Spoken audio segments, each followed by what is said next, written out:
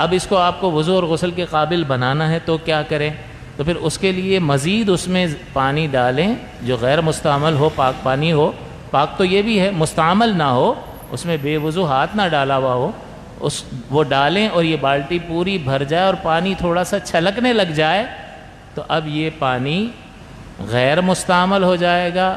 پاک تو پہلے ہی تھا، پاک کرنے کی صلاحیت بھی اب اس میں پیدا ہو جائے گی۔ لیکن اگر کوئی کہتا ہے کہ یار اس میں بے دھلا ہاتھ ڈال دیا تھا، اب میں اس سے نہیں کر رہا وضو، تو کیا اس کو پھینک دیں؟ پھینکیں گے نہیں، یہ پاک ہے، صرف وضو اور غسل کے قابل نہیں رہا، لہٰذا سوال یہ پیدا ہوتا ہے پاک ہے، وضو اور غسل کے قابل نہیں رہا، کپڑے دھو سکتے ہیں؟ ہاں۔ پوچھا لگا سکتے ہیں؟ ہاں۔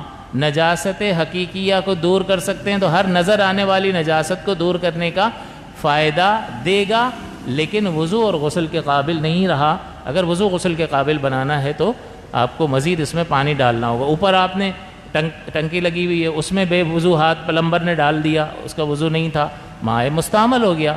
اب آپ ٹنکی چلا دیں اور پانی اس میں جاتا رہے حتیٰ کہ تھوڑا سا اوپر سے چھلک جائے تو یہ پاک ہو جائے گا۔ یا اوپر سے چھلکنا مشکل ہے تو نیچے سے نلکا کھول دیں اور اوپر سے ڈالتے رہیں، یہ جاری ہو گیا۔ اوپر سے آ رہا ہے، نیچے سے نلکوں سے نکل رہا ہے، یہ جاری پانی ہو گیا۔ لہٰذا یہ اب جاری پانی کے جب حکم میں ہو گیا تو مستعمل نہ رہا اور اس سے وضو اور غسل کیا جا سکتا ہے۔ تو ایک تو حالت جنابت میں، یعنی جس پر غسل واجب ہے اس نے بے دھلا ہاتھ ڈال دیا، یا بے وضو شخص تھا اس نے بے دھلا ہاتھ ڈال دیا تو پانی مستعمل ہوگا۔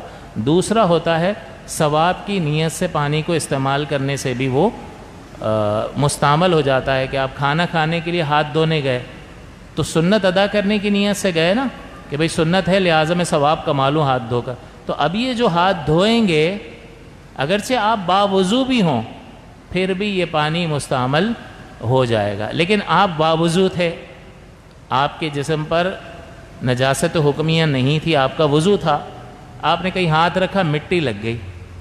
اب اس مٹی کو دور کرنے کے لیے آپ نے بالٹی میں ہاتھ ڈال دیا، یہی والا، یوں کر کے دھو لیا، تھوڑے سے چھینٹے اس میں، یا پورا ہاتھ ہی ڈال دیا، تو یہ مستعمل نہیں ہوا، کیونکہ بے وضو ہاتھ نہیں ڈالا تھا پہلی بات، اور یہ ثواب کی نیت سے، قربت کی نیت سے یہ کام نہیں کیا۔ تو اگرچہ مٹی کو آپ نے اپنے ہاتھ سے دور کیا، لیکن اس کے باوجود یہ پاک بھی ہے اور پاک کرنے والا بھی ہے۔ اللہ تعالیٰ سے دعا ہے کہ اللہ تعالیٰ ہمیں یہ مسائل صحیح طور پر سیکھ کر، سمجھ کر اپنی عبادات کرنے کی توفیق عطا فرمائے۔ آمین۔